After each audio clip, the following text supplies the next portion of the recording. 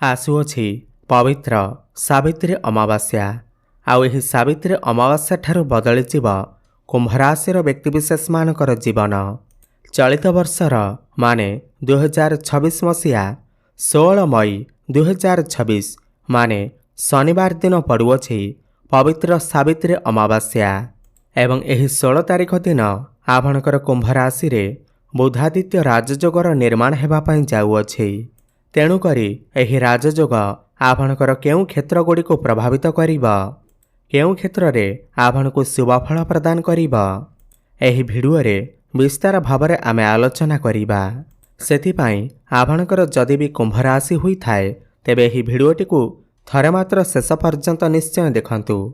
ଆପଣଙ୍କର ବ୍ୟସ୍ତବହୁଳ ସମୟ ମଧ୍ୟରୁ 10 ମିନିଟ୍ ସମୟ ଆପଣ ନିଜ ପାଇଁ ଦିଅନ୍ତୁ ଏବଂ ନିଜର ଭବିଷ୍ୟତ ବିଷୟରେ ଜାଣନ୍ତୁ। ଦେଖନ୍ତୁ, ସମସ୍ତ କୁମ୍ଭ ରାଶିର ବ୍ୟକ୍ତିବିଶେଷମାନଙ୍କର ଜୀବନ ଏହି ସାବିତ୍ରୀ ଅମାବାସ୍ୟା ଠାରୁ ବଦଳିବାକୁ ଯାଉଅଛି। କାରଣ ଗ୍ରହ ନକ୍ଷତ୍ରମାନଙ୍କର ଚଳନରେ ହେବ ବହୁତ ବଡ଼ ପରିବର୍ତ୍ତନ, ଯାହାଦ୍ୱାରା ଆପଣଙ୍କର ଜୀବନରେ ଯେଉଁ ଦୁଃଖ କଷ୍ଟ ଚାଲିଅଛି ତାହାର ଅନ୍ତ ହେବା ପାଇଁ ଯାଉଅଛି। ଏବଂ ପୁଣି ଥରେ ଏହି ସାବିତ୍ରୀ ଅମାବାସ୍ୟା ଠାରୁ ଆପଣଙ୍କର ଜୀବନରେ ଖୁସି ଆସିବାକୁ ଯାଉଅଛି। ଆପଣଙ୍କ ରାଶିରେ ଏହି ରାଜଯୋଗର ସଂଯୋଗଟି ସୁଖ ଭାବରେ ହେବା ପାଇଁ ଯାଉଅଛି ଏବଂ ଆପଣଙ୍କର କର୍ମଭାବ ମାନେ କ୍ୟାରିୟର ଉପରେ ହେବା ପାଇଁ ଯାଉଅଛି, ଯେଉଁ କାରଣରୁ ଆପଣଙ୍କର କ୍ୟାରିୟରରେ ବହୁତ ବଡ଼ ସଫଳତା ମିଳିବା ପାଇଁ ଯାଉଅଛି। ଆପଣଙ୍କୁ ବଡ଼ ବଡ଼ ଖୁସି ଖବର ମଧ୍ୟ ମିଳିବା ପାଇଁ ଯାଉଅଛି ଏବଂ ଆପଣଙ୍କର ଆର୍ଥିକ ସମସ୍ୟା ମଧ୍ୟ ଦୂର ହେବା ପାଇଁ ଯାଉଅଛି।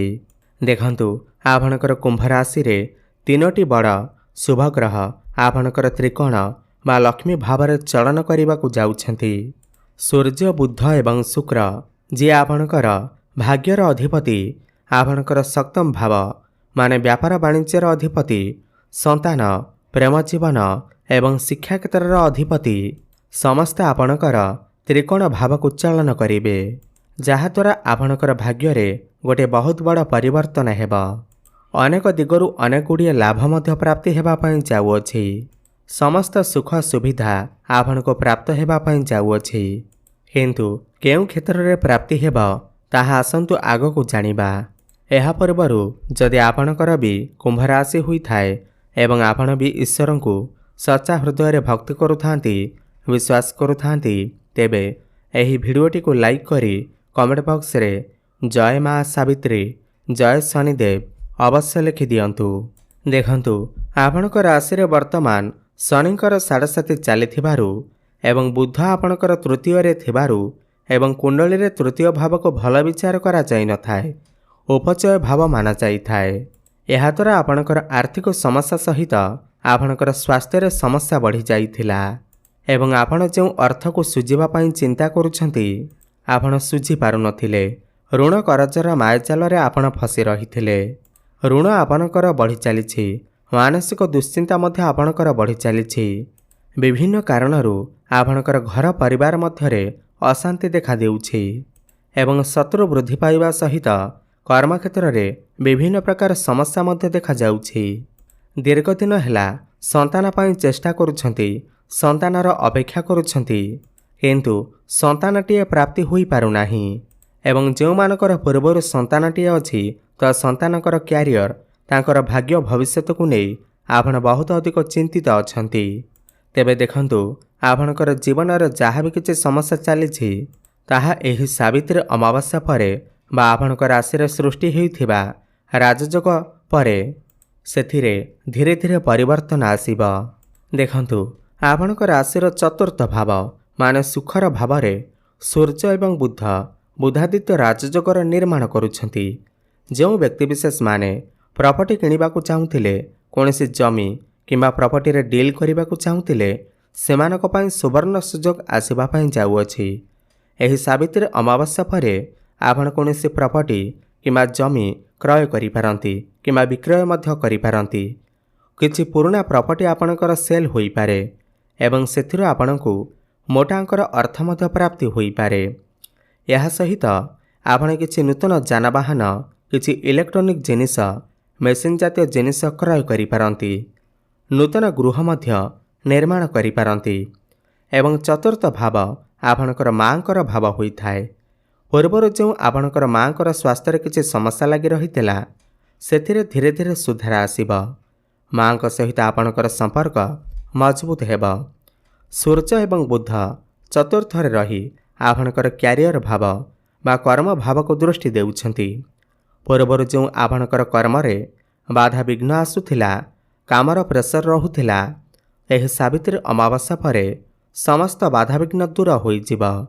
ଯେହେତୁ ସୂର୍ଯ୍ୟ ଆପଣଙ୍କର ଦଶମ ଭାବକୁ ଦୃଷ୍ଟି ଦେଉଛନ୍ତି, ତ କର୍ମକ୍ଷେତ୍ରରେ ଆପଣଙ୍କୁ ବହୁତ ବଡ଼ ସଫଳତା ପ୍ରାପ୍ତି ହେବ। ସବୁଠାରୁ ବଡ଼ କଥା ଏହା ଅଟେ କି ଯେଉଁ ବ୍ୟକ୍ତିବିଶେଷମାନେ ଦୀର୍ଘଦିନ ଧରି ଚାକିରିର ଅପେକ୍ଷାରେ ଥିଲେ, ତ ସେମାନଙ୍କୁ ନୂତନ କର୍ମ, ନୂତନ ଚାକିରି ନିଶ୍ଚିନ୍ତ ଭାବରେ ପ୍ରାପ୍ତି ହେବ। ପ୍ରମୋସନ ଅପେକ୍ଷାରେ ଥିଲେ ସେମାନଙ୍କୁ ପ୍ରମୋସନ, ପଦୋନ୍ନତି ମିଳିଯିବ। କୌଣସି MNC କମ୍ପାନୀରୁ ଜବ୍ ଅଫର ମଧ୍ୟ ଆସିପାରେ। କର୍ମକ୍ଷେତ୍ରରେ ଆପଣଙ୍କର ଦାୟିତ୍ୱ ବଢ଼ିଯିବ। ଆପଣଙ୍କର ମାନ ସମ୍ମାନ ବଢ଼ିପାରେ। କାମର ଚାପ ଯେଉଁ ଥିଲା, ତ ସମସ୍ତ କାର୍ଯ୍ୟ ବହୁତ ସହଜରେ ଆପଣଙ୍କର ହୋଇଯିବ ଏବଂ ଆପଣଙ୍କ ପାଖକୁ ନୂଆ ନୂଆ କାମ ଆସିବ ଏବଂ ଆପଣ ସମସ୍ତ ଟାର୍ଗେଟକୁ ଆଚିଭ୍ କରିବାରେ ସଫଳତା ହାସଲ କରିବେ। ସମାଜରେ ଆପଣଙ୍କର ମାନ ସମ୍ମାନ, ପ୍ରତିଷ୍ଠା ବଢ଼ିବ। ଏହା ସହିତ ଦେଖନ୍ତୁ, ଶୁକ୍ର ଯିଏକି ଆପଣଙ୍କର ଭାଗ୍ୟ ଭାବର ଅଧିପତି, ଶୁକ୍ର ଆପଣଙ୍କର ଲକ୍ଷ୍ମୀର ଭାବ ମାନେ ତ୍ରିକୋଣକୁ ଚଳନ କରିବେ ଏବଂ ଗୁରୁଙ୍କ ସହିତ ଯୁକ୍ତ ହେବେ। ଏହାଦ୍ୱାରା ପ୍ରେମ ଜୀବନରେ ପୂର୍ବରୁ ଯେଉଁ ସମସ୍ୟା ଲାଗି ରହିଥିଲା, ସମସ୍ତ ସମସ୍ୟାରୁ ଆପଣଙ୍କୁ ମୁକ୍ତି ମିଳିବ। ଯେଉଁମାନଙ୍କର କଥାବାର୍ତ୍ତା ବନ୍ଦ ହୋଇଥିଲା, ବ୍ରେକଅପ୍ ଆଦି ହୋଇଥିଲା, ସେମାନଙ୍କର ପୁଣି ଥରେ କଥାବାର୍ତ୍ତା ହୋଇପାରେ, ପ୍ୟାଚଅପ୍ ମଧ୍ୟ ହୋଇପାରେ। ଆପଣଙ୍କର ଜୀବନରେ କେହି ନୂତନ ପାର୍ଟନର ମଧ୍ୟ ଆସିପାରନ୍ତି। ଭ୍ରମଣ ସୁଖ ଆପଣଙ୍କୁ ପ୍ରାପ୍ତି ହୋଇପାରେ। ଯେଉଁମାନଙ୍କର ବିବାହରେ ବିଳମ୍ବ ହେଉଥିଲା, ସେମାନଙ୍କର ଘରକୁ ବିବାହ ପ୍ରସ୍ତାବମାନ ଆସିପାରେ ଏବଂ ବିବାହ ମଧ୍ୟ ଫାଇନାଲ ହୋଇପାରେ। ପଞ୍ଚମ ଭାବ ଆପଣଙ୍କର ଶିକ୍ଷା କ୍ଷେତ୍ରର ଭାବ ହୋଇଥାଏ।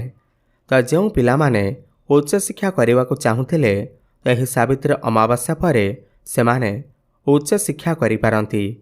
କୌଣସି ନୂତନ ସ୍ଥାନରେ ଆଡ଼ମିସନ୍ ନେଇପାରନ୍ତି। ପାଠପଢ଼ାରେ କିଛି ନା କିଛି ବଡ଼ ପରିବର୍ତ୍ତନ ଅବଶ୍ୟ କରିପାରନ୍ତି ଏବଂ ଆପଣଙ୍କର ସନ୍ତାନଙ୍କ ଦ୍ୱାରା ଆପଣଙ୍କୁ ସମ୍ମାନିତ କରାଯାଇପାରେ। କିଛି ଖୁସି ଖବର ମଧ୍ୟ ଆପଣଙ୍କୁ ମିଳିପାରେ। ଏହି ସାବିତ୍ରୀ ଅମାବାସ୍ୟା ପରେ ଯଦି ଆପଣଙ୍କର କିଛି ଏକ୍ଜାମ୍ ଅଛି, କମ୍ପିଟେଟିଭ୍ ଏକ୍ଜାମ୍ ଅଛି, ତେବେ ସେଥିରେ ଆପଣଙ୍କୁ ନିଶ୍ଚିନ୍ତ ଭାବରେ ସଫଳତା ପ୍ରାପ୍ତି ହେବ। ଆପଣ ଯଦି କିଛି କମ୍ପିଟିସନରେ ଭାଗ ନେଉଛନ୍ତି, କ୍ରୀଡ଼ା କ୍ଷେତ୍ରରେ ଭାଗ ନେଉଛନ୍ତି, ତେବେ ଆପଣଙ୍କୁ ଶୁଭଫଳ ଅବଶ୍ୟ ପ୍ରାପ୍ତି ହେବ।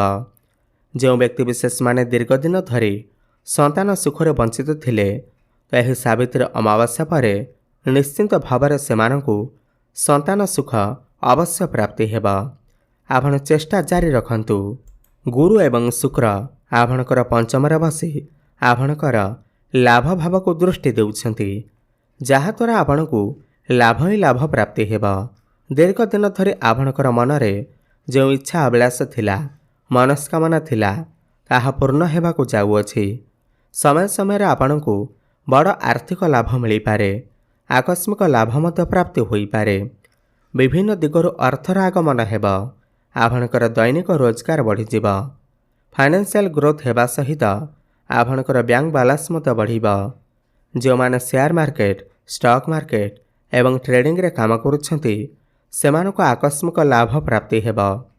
ଶୁକ୍ର ଯେହେତୁ ଆପଣଙ୍କର ଭାଗ୍ୟ ଭାବର ଅଧିପତି ହୋଇକରି ତ୍ରିକୋଣରେ ଚଳନ କରୁଛନ୍ତି, ତ ଆପଣଙ୍କର ଭାଗ୍ୟରେ ଉନ୍ନତି ଦେଖିବା ପାଇଁ ମିଳିବ।